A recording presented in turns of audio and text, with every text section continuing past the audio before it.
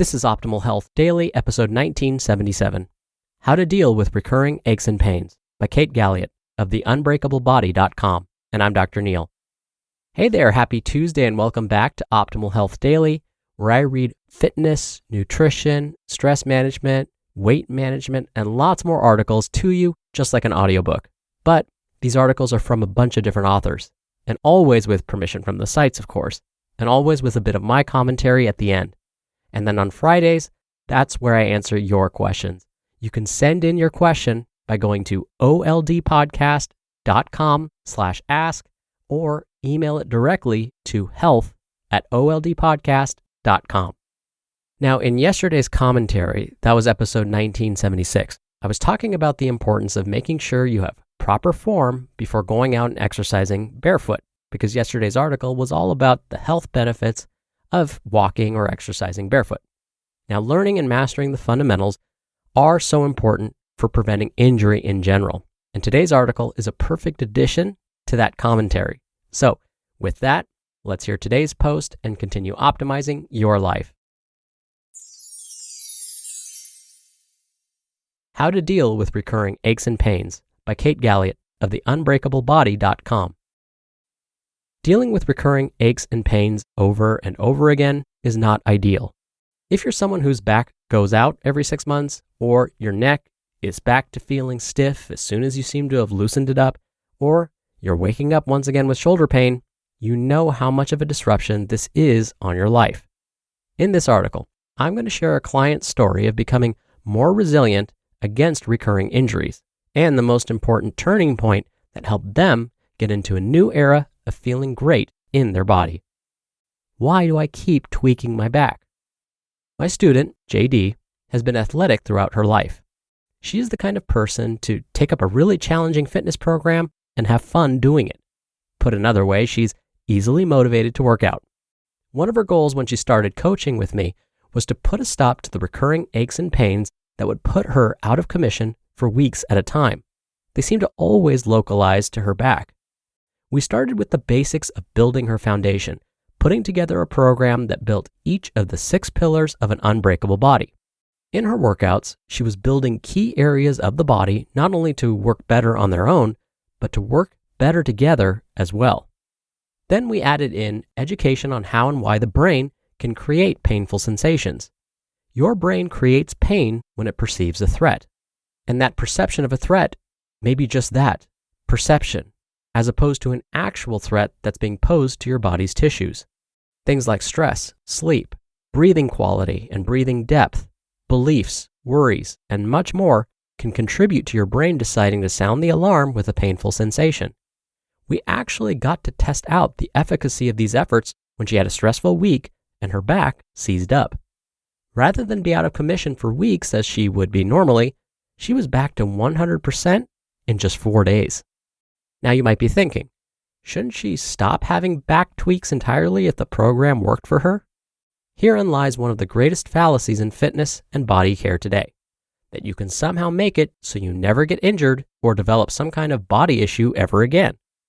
You are a complex being living in an uncontrollable world. Your strategies for physical training and body care must account for that. How do I work on injury prevention? You don't. You work instead on improving your resistance and your resilience.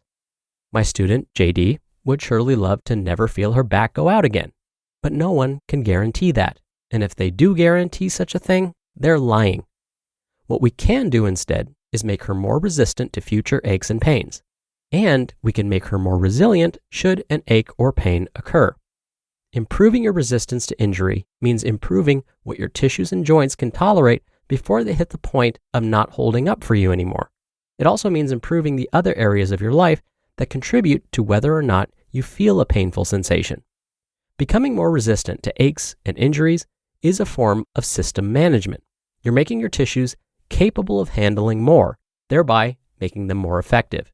And you're becoming a better caretaker of your life so that the other aspects of your existence are in support of your physical well-being.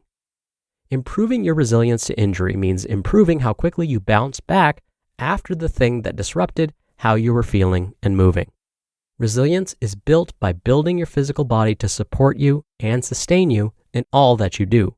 It involves finding out where you have less range of motion than you need and improving that. It includes increasing your strength to adequate levels to support the kind of life you want to lead. It might also mean looking at how you breathe, how you sleep, what you're eating, how stressed you are, and everything else that contributes to your trajectory in life. 2 questions to help you deal with your recurring aches and pains. Question 1. Are the accommodations you're using to move through the world working for you?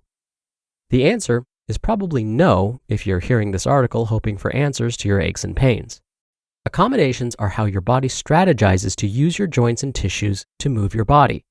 If your hips can't move as much as your body needs to, your body may accommodate you by moving the spine more to account for what the hips aren't doing. This works just fine until it doesn't. If it's not working, figure out how to give your body more options for accommodating you so that you can feel better when you're moving. And question 2, what signals might your body need to get it to create the response you desire? Your body is always responding to the signals it receives. Sometimes the strategy for what feels like a physical issue, muscle pain, joint issues, and so on, is not physical at all.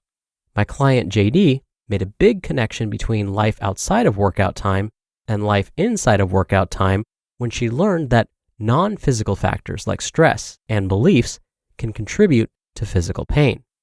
By starting with these 2 questions, you can head down a multitude of rabbit holes to learn further tools and strategies to help your body have better resistance and resilience to aches, pains, and injuries.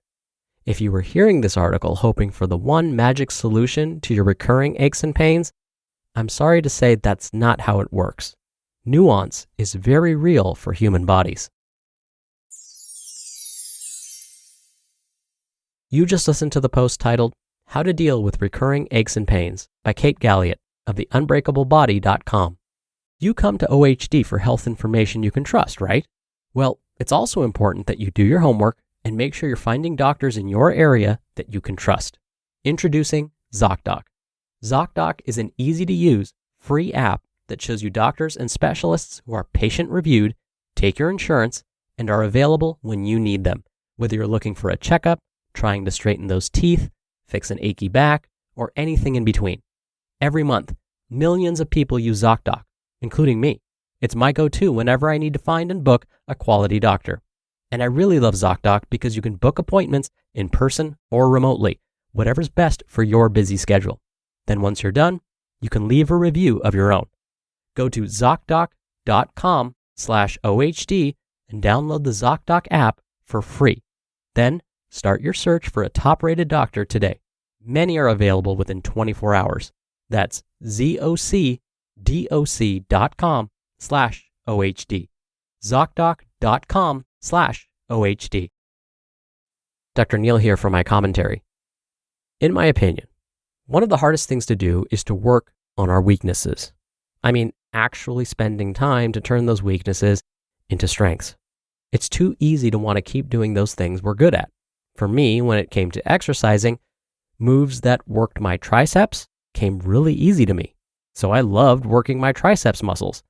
But as you can imagine, this led to some imbalances. My biceps were weak and basically non-existent. This increased my chances for developing an injury. So when today's author, Kate, said that building resilience is an important component to dealing with recurring aches and pains, she mentioned that this resilience building involves finding out where you have less range of motion, for example, and improving that. But let's face it, exercise and stretching are difficult enough, even when we're comfortable performing them. When we have to spend time improving our weaker areas, it seems even more difficult. It takes extra time and extra effort to work on these weaknesses. But we need to remember that this is extra effort that will pay off in the long run. It's worth putting in the effort now to build resilience so that we can continue to be mostly ache-free and pain-free for as long as possible. All right, that'll do it for today. Thank you so much for being here. Thank you for listening every day. Thank you for sharing the show with someone. I hope you're having a wonderful week, and I'll see you back here tomorrow where your optimal life awaits.